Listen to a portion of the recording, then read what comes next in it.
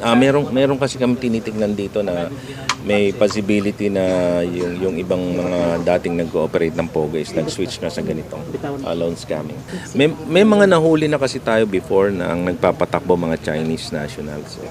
So we will be checking on this grupo na to kung ito is the same group na involved before. Kasi yung mga nauna naming na-check, mga grupo rin sila ng mga magpupugo eh.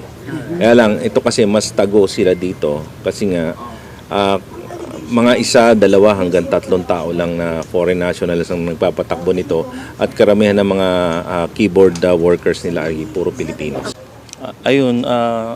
Before pa po kami mag-apply ng search warrant, marami na rin po kaming mga na-discover na online na access nila yung mga contact list ng mga borrowers nila.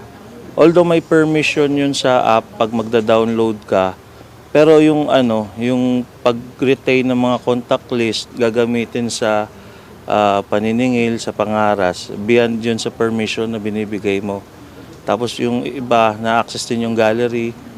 Tapos kung meron kang mga masela na pictures o videos, ginagamit din nila pang blackmail.